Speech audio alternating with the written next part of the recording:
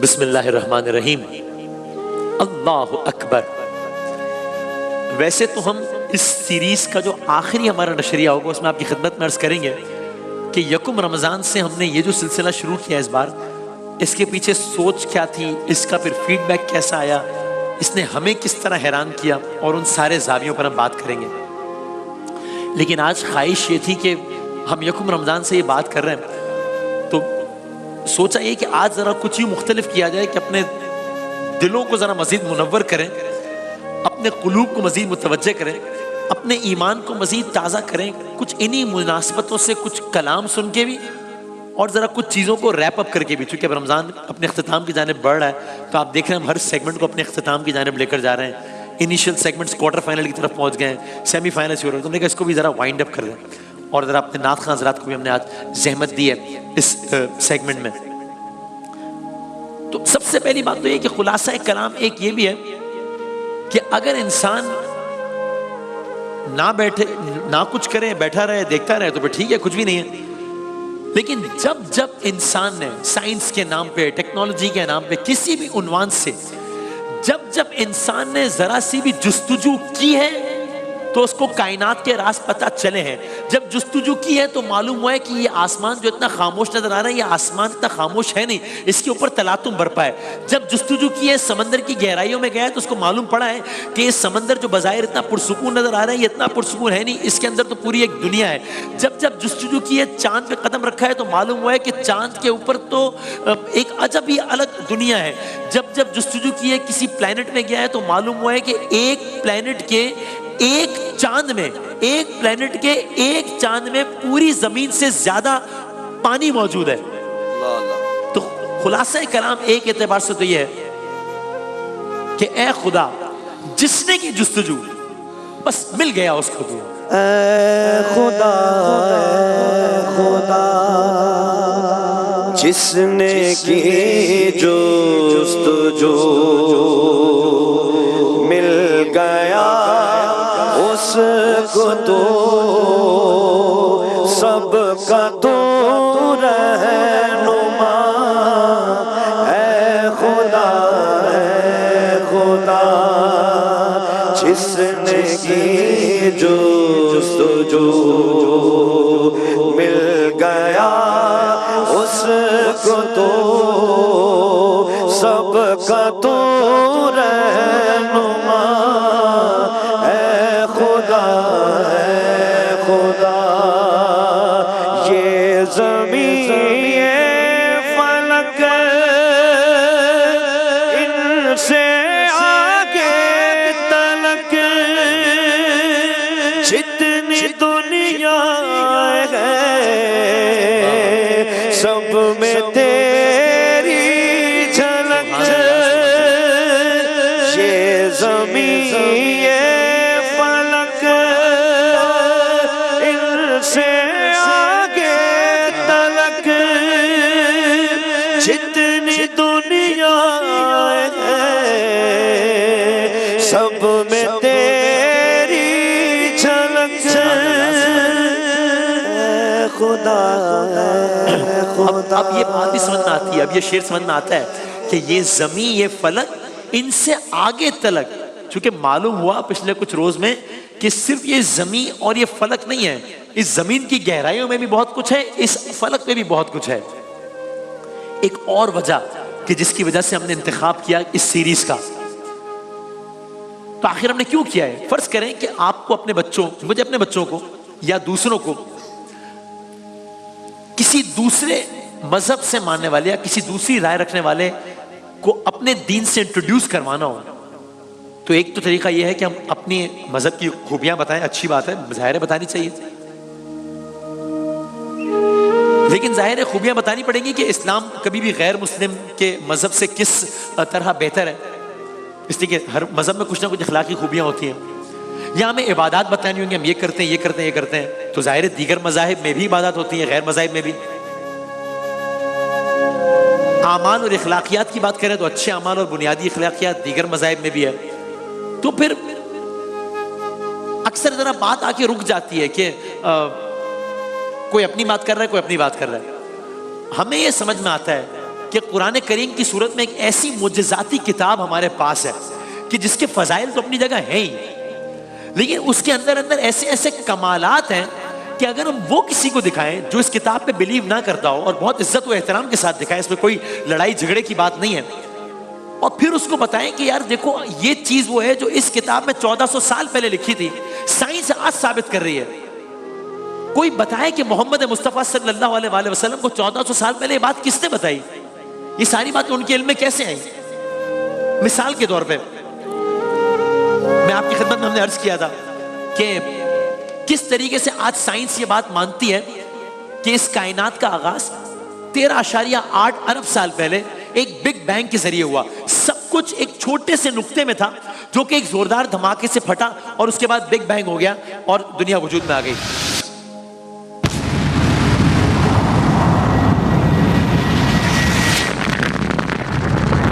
یہ ایک نقطہ تھا جو پھٹا اور کائنات کے بننے کا عمل وجود میں آ گیا، یہ آج سائنس کہتی ہے، آج سائنس کہتی ہے۔ اب ذرا سنیے آپ یہ آیت اور میں اس کا ترجمہ آپ کی خدمت میں پھر عرض کرتا ہوں، ذرا سنائیے گا آیت۔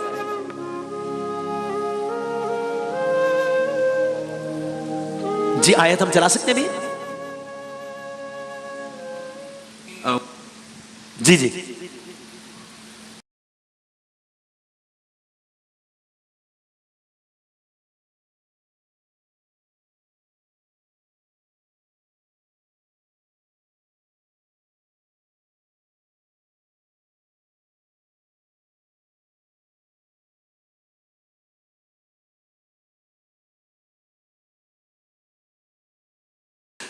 اب اس آیت کا ترجمہ میں آپ کی خدمت میں عرض کروں تو کہا کیا وہ لوگ جنہوں نے نبی کی بات ماننے سے انکار کر دیا ہے غور نہیں کرتے کہ یہ سب آسمان اور زمین باہم ملے ہوئے تھے، ہم نے انہیں جدا کیا۔ ابھی 1400 سال پہلے کہی یہ بات، تو ہمارے ذہن میں بات ہے کہ جب ہم کسی اور سے بات کریں تو اس کے سامنے ان آیات کو بطور دلائل پیش کریں کہ اگر یہ معجزاتی کتاب نہیں ہے 1400 سال پہلے تو یہ بات کسی کو مذاق لگتی ہوگی کہ یہ کیا بات ہے، اتنی بڑی کائنات ایک نقطے میں کیا ہو گیا۔ سائنس آج آپ دیکھیے، سرچ کیجئے، گوگل پہ جائیے، یوٹیوب پہ جائیے، how the universe came into being, وہ آپ کو یہی جواب دے گا جو 1400 سال پہلے محمد مصطفیٰ نے دے دیا تھا صلی اللہ علیہ وآلہ وسلم۔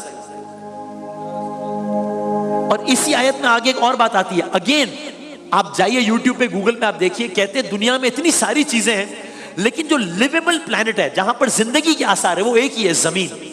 اور کیوں ہے صرف زمین پہ زندگی کے آثار؟ چونکہ پانی صرف زمین پر ہے اور پانی زندگی ہے۔ اور اسی آیت کے اختتامی سے میں آپ کی خدمت میں عرض کروں، وَجَعَلْنَا مِنَ الْمَاءِ كُلَّ شَيْءٍ، اس کا ترجمہ ہے ہم نے پانی سے ہر زندہ چیز پیدا کی۔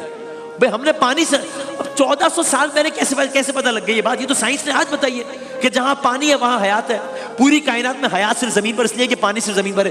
1400 سال پہلے محمد مصطفیٰ بتا رہے ہیں کہ ہم نے پانی سے ہر چیز کو خلق کیا، اللہ تعالیٰ بتا رہا ہے بذریعہ سرکار دو عالم۔ کس نے بتایا ان کو یہ بات؟ تو یہ ہمارے ذہن میں ہے کہ ذرا ہم قرآن کریم کو جب پڑھتے ہیں تو سحر میں ہم داستان انبیاء آپ کی خدمت میں پیش کرتے ہیں، وہ ایک الگ زاویہ، ایک الگ رخ ہے، وہ بھی ہمارے بچوں کو معلوم ہونا چاہیے کہ اگر آئرن مین کا معلوم ہے تو داؤد علیہ السلام کے بارے میں کیوں نہ معلوم ہو، سپر مین کا معلوم ہے تو سلیمان علیہ السلام کے بارے میں کیوں نہ معلوم ہو کہ اللہ تعالیٰ نے کیا طاقت دی تھی۔ لیکن قرآن کریم کو پڑھنے کا ایک زاویہ یہ بھی ہے کہ بھائی یہ ساری چیزیں کس نے بتائیں؟ میں آپ کی خدمت میں ایک اور آیت ابھی عرض کرتا ہوں، جب میں نے پہلی مرتبہ پڑھا میں بھی حیران ہوا، اور آپ لکھیے، جائیے ابھی سیگمنٹ کے دوران آپ گوگل پہ سرچ کیجئے، یوٹیوب پہ لکھیے از دا یونیورس ایکسپینڈنگ، آپ جواب سے حیران رہ جائیں گے کہ ابھی جب میں آپ سے بات کر رہا ہوں تب بھی یہ کائنات مسلسل پھیل رہی ہے۔ یعنی جب میں نے یہ سیگمنٹ شروع کیا تب یہ کائنات جتنی تھی اس وقت اتنی نہیں، اس سے زیادہ پھیل چکی ہے، مسلسل وسعت مل رہی ہے کائنات کو۔ How amazing it is. اب آپ قرآن کریم کی آیت سنیے، میں ترجمہ آپ کی خدمت میں عرض کرتا ہوں۔ وَالسَّمَاءَ بَنَيْنَاهَا بِأَيْدٍ وَإِنَّا لَمُوسِعُونَ۔ اب میں آپ کی خدمت میں اس آیت کا ترجمہ عرض کروں، آسمان کو ہم نے اپنی قوت سے بنایا ہے، لموسعون، اور ہم اسے وسعت دے رہے ہیں، ہم اسے وسعت دے رہے ہیں۔ یہ کس نے بتا دیا؟ 1400 سال پہلے محمد مصطفیٰ صلی اللہ علیہ وآلہ وسلم بتا رہے ہیں کہ ہم اسے وسعت دے رہے ہیں۔ یہ سائنس آج بتا رہی ہے، آپ جا کے دیکھیے۔ تو قرآن کریم کو پڑھنے کا ایک اور زاویہ بھی ہے، بس یہ ساری کی ساری باتیں بتاتی ہیں کہ بھائی یہ سب کچھ ایسے تو نہیں چل رہا نا، اگر یہ میں ایک چھوٹی سی نشریات یہاں پر کر رہا ہوں اور میں کہوں کہ بس ہو رہی ہے نشریات ہو رہی ہے، تو آپ کہیں گے کہ کس طرح کی بات ہے؟ نہیں ہو سکتی بھائی. ایک آدمی ہوگا جو اس فلور کو صاف کرے گا، ایک ہوگا جو آڈیو مینج کرے گا، ایک ہوگا جو ویڈیو مینج کرے گا، ایک ہوگا جو یہ ویڈیوز چلائے گا، ایک ہوگا جو سب مل کے کریں گے نا. تو اگر کوئی میری یہ دلیل نہیں مان سکتا کہ میں کہوں کہ نشریات ایسے ہی چل رہی ہے، تو بھائی کوئی یہ کیسے مانے گا کہ کائنات ایسے چل رہی ہے؟ کیسے چل رہی ہے پھر؟ تو یہ طے ہے کہ کوئی تو ہے جو نظام ہستی چلا رہا ہے، بس وہی خدا ہے جو نظام ہستی چلا رہا ہے، وہی خدا ہے. دکھائی بھی جو نہ دے نظر بھی جو آ رہا وہی خدا ہے، وہی خدا ہے، وہی خدا ہے. اور خواتین حضرات، میں جاتے جاتے آپ کی خدمت میں عرض کروں کہ ہم نے یہ آپ کی خدمت میں عرض کیا ہے یکم رمضان سے، اور ابھی یہ سیریز جاری ہے، اس سیریز کا بھی اختتام نہیں کر رہے ہم، لیکن ذرا آج ایک ریکیپ مقصود تھا تاکہ اس زاویے سے بھی، ابھی شب قدر آنے والی ہے، ایک ممکنہ شب قدر آ جائے تو علماء کرام ہمیں بتاتے ہیں کس طریقے سے ہمارے اذہان مزید متوجہ ہوں قرآن کریم پڑھنے کے لیے. تو خواہش یہ ہے کہ ابھی یہ قرآن کی شب آنے والی ہے، تو اس سے پہلے ہم قرآن کا یہ زاویہ ایک ریکیپ کر لیں آپ کی خدمت میں. تو ہم پہلی رمضان سے بتا چکے ہیں، میں بھی ریپیٹ نہیں کرتا، وقت نہیں ہے، کہ کس طریقے سے ہر چیز اپنے مدار میں ہے اور کس طریقے سے یہ ایک لمحے کو ادھر سے ادھر ہو جائے تو سارے کا سارا معاملہ خراب ہو جائے گا، تباہ ہو جائے گی کائنات. کس طریقے سے ہماری زمین سورج سے خاص فاصلے پر ہے، اگر سورج سے بہت قریب ہو اتنی گرمی ہو جائے گی کہ سب مر جائیں گے، سورج سے دور ہو اتنی سردی ہو جائے گی کہ سب مر جائیں گے. ہر چیز، چاند، سورج، ستارے، سب کچھ ایک مدار میں ہے. تو کیا یہ ایسے ہی چل رہے گا؟ اور سائنس مانتی ہے اس بات کو کہ ذرا سا یہ سیٹنگ ادھر سے ادھر ہو جائے. میں آپ کی خدمت میں عرض کروں، ہم کل انشاءاللہ تفصیل سے اس کو عرض کریں گے.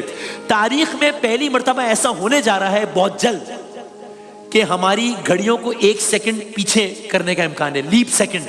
چونکہ زمین جو گھومتی ہے اس کی رفتار سے دن بدلتا ہے، اب اس کی رفتار میں تبدیلی آ رہی ہے تو ہمارے وقت میں بھی تبدیلی آئے گی. یہ تفصیل سے ہم پھر عرض کریں گے، بعد میں عرض کریں گے.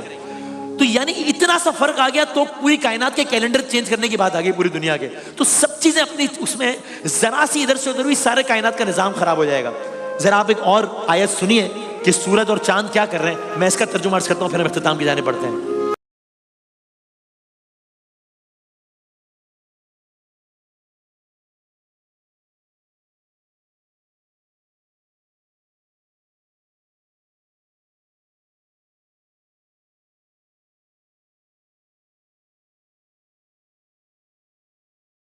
آیت کا ترجمہ ہے کہ نہ سورج کے بس میں ہے کہ وہ چاند کو جا پکڑے، نہ رات دن پر سبقت لے جا سکتی ہے، سب ایک فلک میں تیر رہے ہیں. اس آیت کا ترجمہ ہے. اور یہ آج سائنس کہہ رہی ہے کہ یہ سب ایک فلک میں تیر رہے ہیں، ذرا سا نظام ادھر سے ادھر ہوگا تو سب برباد ہو جائے گا، سب تباہ برباد ہو جائے گا. اور یہ 1400 سال پہلے بتا دیا. آخر کلام، آج سائنس یہ بھی کہتی ہے کہ یہ سب کچھ جو چل رہا ہے اس سب نے ایک دن ختم ہو جانا ہے. یہ عجیب ہے. تو بھائی ہمارا قیامت کا کانسیپٹ یہی ہے نا اپنے اعتبار سے. آپ اگین جائیے، گوگل کیجئے، یوٹیوب کیجئے کہ سورج جو اتنا بڑا ہے، آپ کو کیلکولیشنز ملیں گی کہ وہ کہتے ہیں جناب جس طریقے سے سورج میں یہ ہو رہا ہے اتنے ارب سال بعد سورج تباہ ہو جائے گا. ظاہر ہے ہمارا ایمان یہ ہے کہ اللہ تعالیٰ جب چاہے، وہ کسی کیلکولیشن کا محتاج نہیں ہے. جو خالق ہے وہ اپنی مخلوق پہ قادر ہے، یہ سب اس کی مخلوق ہے تو یہ کچھ بھی کر سکتا ہے. لیکن سائنس مانتی ہے اس بات کو کہ یہ زمین، یہ آسمان، یہ چاند، یہ سورج، یہ سب ایک دن تباہ ہو جائیں گے. تو ہم قیامت اور کسے کہتے ہیں؟ سورہ تکویر میں فرمایا، یہ الفاظ ہیں ڈاکیومنٹریز کے کہ the sun will become dead, the sun will lose its light.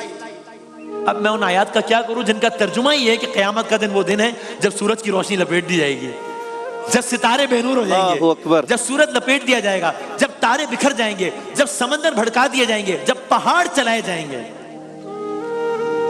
تو بس خلاصہ ایک کلام یہ ہے، انسان جتنی ترقی کر لے اچھی بات ہے، سائنس جتنی ترقی کر لے اچھی بات ہے، لیکن ایک اصول طے ہے کہ یا اللہ میری اگلی نظر ستاروں پر، بے شک اور بہت اچھی بات ہے، میری اگلی نظر ستاروں پر، پھر بھی میں تیرے سہاروں سے. تو نے عطا کیا میں نے بھلا دیا، تو نے پھر سے دیا نہ شکر کیا، نہ شکر کیا. تو نے اور دیا دیتا ہی رہا، تو نے اور دیا دیتا ہی رہا. منہ موڑ دیے دریاؤں کے میں نے ہوا میں اڑنا سیکھ لیا، میں نے ہوا میں اڑنا سیکھ لیا. میری اگلی نظر ستاروں پر، پھر بھی میں تیرے سہاروں پر. تیرے رنگ رنگ تیرے رنگ رنگ تیرے رنگ